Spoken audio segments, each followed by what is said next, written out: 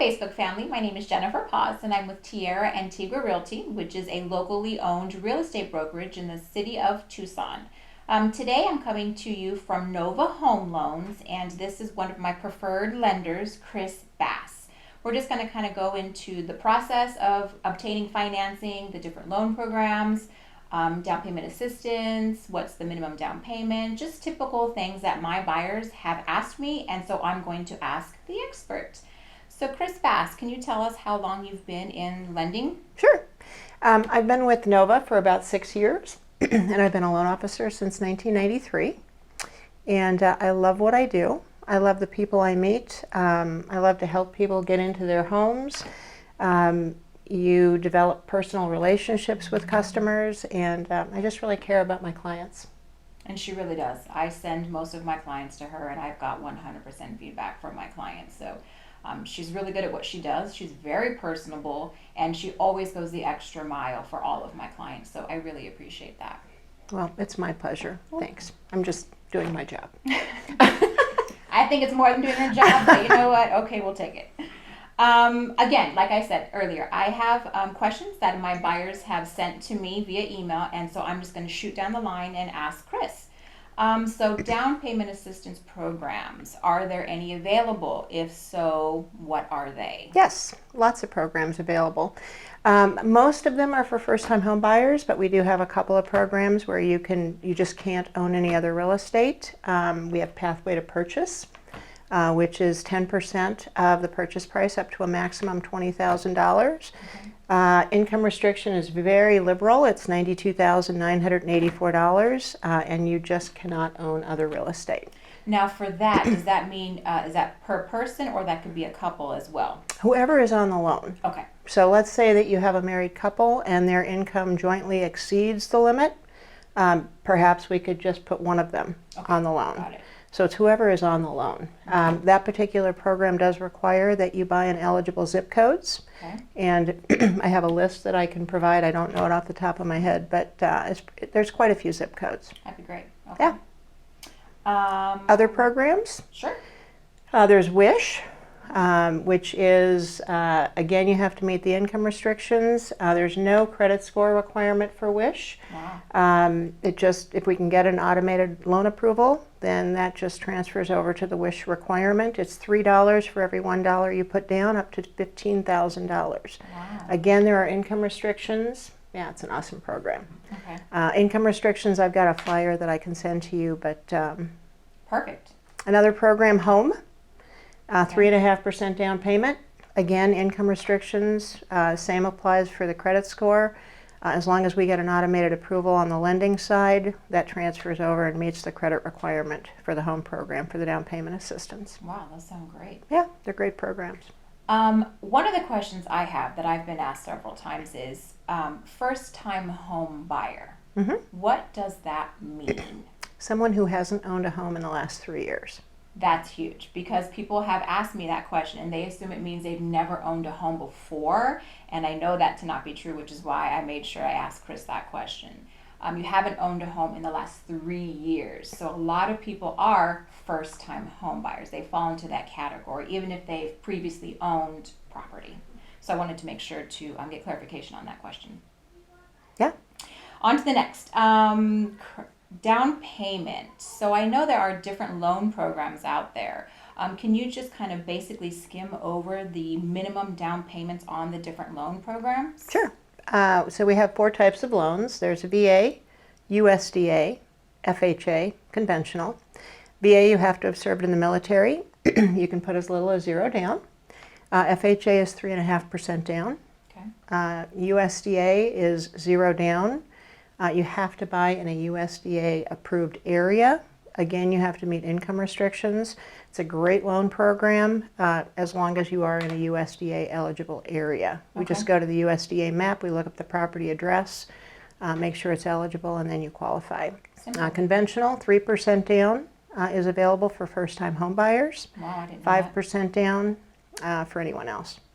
Now, on the down payments, what if a buyer or buyers don't have down payment money? Are they able to borrow from somebody else?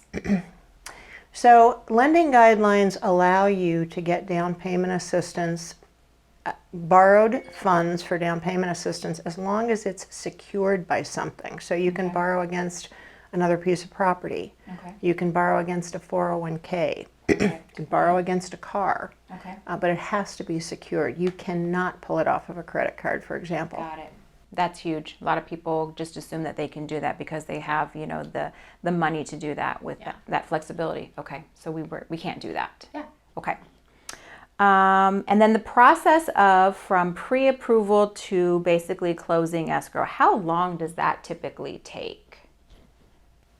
So to get pre-approved, we do a loan application, obviously, pull credit, get financial documentation.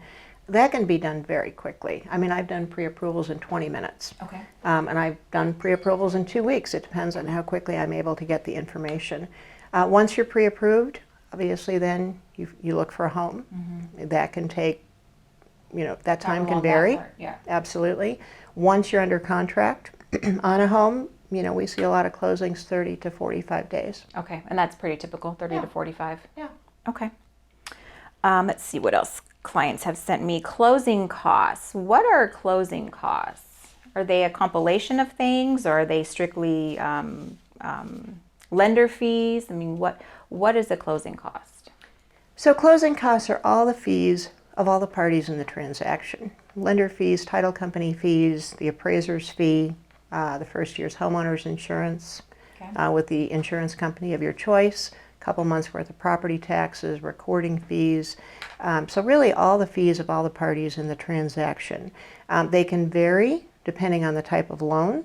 For example, VA has a VA funding fee that other types of loans don't have. Okay. FHA is going to have upfront mortgage insurance that other types of loans don't have. USDA is going to have the upfront guarantee fee. The best thing that a customer can do, a home buyer can do, or even someone refinancing, talk to a lender, get pre-approved, and then get a cost sheet from the lender. Got it. For the particular types of loans. When I'm talking to somebody, you know, maybe they have options. Maybe FHA and conventional might be an option for them. So I'll do a conventional and an FHA cost sheet for them. Okay. And we'll go over it together, and they can see the pros and cons and then make an informed decision on what they prefer. Got it. Which is really, it's a great point, actually. A lot of my clients will just assume that they can only go one certain loan program, and then Chris will actually sit down with them and go over the different loan programs and compare both. Because the bottom line is money. I mean, what's going to be a better loan for you? What are the fees associated? So that's a great point, too. Chris definitely does run different loan program scenarios for you so you can actually compare apples to apples. And the cost sheet, that is huge. When you first start talking to a lender, please make sure that you ask them for a cost sheet. So again, you know what you're getting into, the financial part of it, how much, what costs are associated with these loans. So that's a great point too. It is really, really important. Yeah, and I learned, I mean, I've been a lender for 23 years. I learned many, many years ago, the most important thing to a home buyer is, what's my payment? Mm-hmm. How much money do I need? Mm-hmm. That's really the bottom line. And so I hit that head on. You know, perfect. So they know what they're getting here's into. The rate, here's the payment, here's how much money you're going to need. Great. Here's one that came from somebody. If I have bad credit but plenty of money, can I buy a home? Well, define bad credit. Which I didn't ask. Maybe I should have. So a lot of people think they have bad credit, and they really don't have bad credit. Right. You know, I've talked to home buyers that have really bad credit and don't really know they have bad credit, and then I've talked to home buyers who had one late payment 8 years ago and they think they're worried about it. Right. So bad credit means different things to different people. Okay. I think bottom line is on FHA we can go down to 580 with a 3.5% down payment, 10%. 580 meaning a credit score? 580 credit score. VA we can go to 580. USDA is 640. Conventional is 620. Those are pretty lenient credit scores. It's very rare that we see somebody under 580. Something unique to Nova, and one of the reasons I came to Nova from another company many years ago, was because Nova has an in-house credit services department that is free to all of our customers. Wow. These are Nova employees that in a credit services department. That's all they do. Okay. From 9 to 5 is credit repair, credit guidance, credit counseling. So a lot of times I might run a credit report. They may be too low in terms of credit score, or sometimes they meet the lending guidelines, but if I can help them get their score higher, it'll get them a lower interest rate. Oh, wow, that's perfect. So Okay. even when people qualify, I still engage credit services Okay. at times if it means getting them a lower interest rate. That's great. So then what happens is our credit services person reviews their credit and comes back. They actually run a credit simulator, Okay. so it's very precise, and they come back and make very specific recommendations. Do this, this, this, and this, Okay. and your score will go to this number by this time. And they'll even include it'll take 1 month, 2 months, 3 months, so that we know That's what we're looking at fantastic. as far as timing is So concerned. if I send you a buyer who doesn't qualify right away, you don't just shovel them off to the side or No, forget no, about no. them. They I may like not be a that. buyer today, I like that. but they might be a buyer 3 months or 6 months from now. Absolutely, yes. And the truth is, who doesn't want to own a home? Mm-hmm. I mean, really. Still the So, American dream. I So, mean, it is. I Well, agree. and when you pay 30 years of rent, what do you get? Right. A thank you With card nothing from to your show landlord. for You it. get a thank you Exactly. card from the landlord. Thanks Right. for paying off the My landlord's mortgage. Yeah. Absolutely. So I think everybody wants to own a home, and that's important to me. I really want to deliver and help people get into homes. I mean, that's what I do. That's what we do. Right. And I can speak from experience, that's not just lip service from Chris. I have sent her a couple of over the years, different clients who want to buy right away, but they're just not quite there yet. And their credit services department absolutely does check up on them. They give them a list of what they need to do. It is up to the consumer to get that information back to credit services, so that's a caveat that I really do need to say. Chris and her credit services department will tell you what you need to do, but then you need to follow through and do it, and then come back to Chris, and then we'll see if we can get you pre-approved at that time. But her credit services department is really good. I've had some really good feedback from my buyers on that too. But it's also important that I follow up, and I do. Okay. If we've given a list of things to do to a potential buyer, and let's say it's going to take them 6 weeks, estimated time frame to get the score higher, I'm going to put it on my calendar to follow up Right. with them in 5 to 6 weeks to make sure it's been done, see if they have any questions. Right. I just think it's really important that we work together. Absolutely. I don't, the other thing too is that a lot of people that are doing credit repair, there's this fear. So many people are just afraid if they've had credit issues, they tend to put their head in the sand, and they don't know where to start. It's just like going to the doctor. You're afraid of what the doctor may Absolutely. potentially tell you. Absolutely. And they don't know how to fix it. They don't know where to start. They don't really want to talk to anybody about it because maybe they're embarrassed or maybe they're, Right. I think when we're not, when we don't do something every day, we're not comfortable with it. And so I really try very hard to make people feel comfortable. Right. I also try to let people know, hey, I care. I'm going to be back in Right. touch with you. You do, yes. I can tell you, my credit services person, my particular go-to person is wonderful. She's kind and thoughtful, and she follows up, follows through. She's right on with her recommendations. Perfect. And yeah, I mean, we've worked with people, I think the record is 2.5 years we worked with someone. Wow. We got To them get them where they through. needed to go. Yeah, Wow. yeah. That's crazy. Let's see, what else? Next one. Do all lenders have the same loan programs? Yes and no. Okay. It depends. If, there's a lot of companies like Nova in Tucson where we're mortgage bankers. Okay. We have multiple lenders. Maybe we have a few different lenders than one of our competitors. But I think for the most part, a lot of lenders have similar programs. I may have 1 or 2 programs that one of my competitors doesn't have. I know that Nova is very aggressive in the marketplace in terms of making sure we have every program available. Which is good. They're definitely cutting edge when it comes to down payment assistance, loan programs. We have a doctor program, a professional program. We have a program 1 day out of foreclosure, 1 day out of bankruptcy. So Wow. that's got pretty good interest rates. I mean, it's not normal interest rates, obviously, but they're decent interest rates. Still able to potentially buy. Yeah. You know, but then on the other hand, you go to some banks, for example, where they don't have Right. a lot of lenders. That's my next question. So they're going to be more restricted in the loan programs they have typically. I'm glad you're bringing that up because I do have consumers asking me, well, what's the difference between going to my bank and going to a mortgage broker? So can you speak a little bit about the difference between a bank and somebody like Nova, who's a broker? Absolutely. I think it's worlds apart. I definitely think that Nova and myself, and I get this feedback from others. Our service is stellar. Okay. And I mean, people can reach us on the phone. They can reach me. They can reach my processor.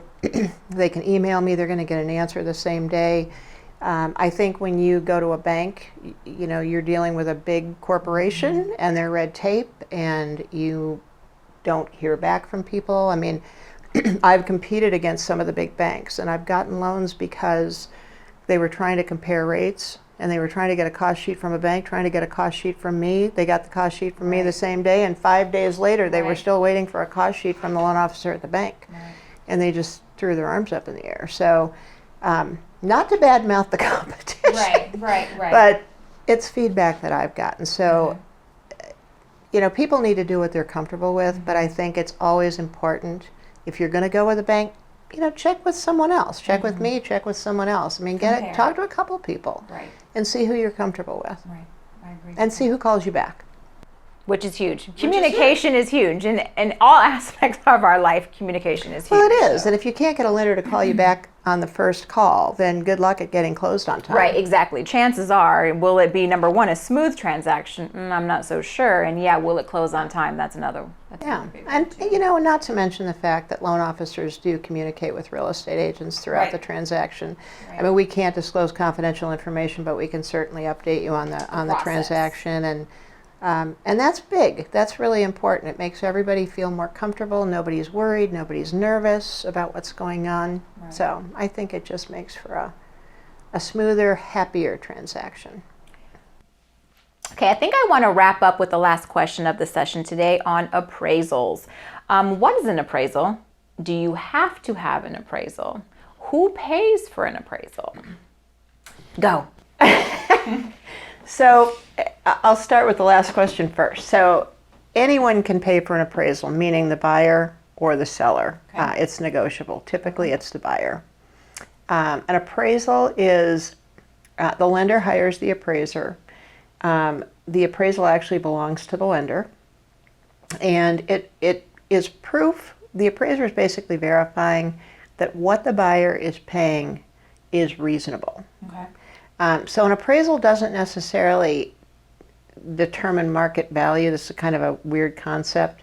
It doesn't necessarily determine market value because any particular property may have a range of value. It could be worth $260 to $290 depending on what somebody's willing to pay. Got it. And there may be comps out there, comparable sales that would support $260, $270, $280, $290. So it's important for buyers to understand that the purpose of an appraisal is to support their willingness to pay. Okay. Sometimes buyers make an offer on a property, maybe they're offering a little more than they're comfortable with, but they think the appraisal is going to protect them. That might not be the case. So it's really important when a buyer makes an offer on a property that they're offering really what they are truly willing to pay. Okay. I've had clients in the past that made offers they were uncomfortable with a little bit higher because they were in bidding wars. They thought the appraisal would come in lower, and then it didn't, and and they were upset.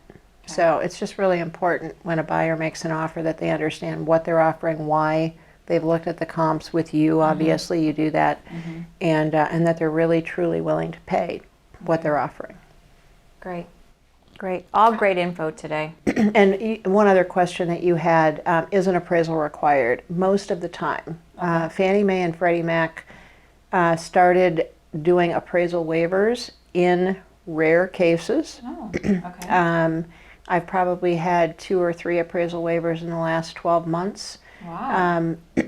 and I'm not quite sure, what criteria meets the appraisal waiver requirement, but Fannie Mae has a collateral assessment feature built into the software. So Fannie Mae kind of has an estimated value for a particular property built in. Oh, interesting. I didn't know that. So if they have, if the offer price, the contract purchase price is within that value, we will get an appraisal waiver. But again, very, very rare.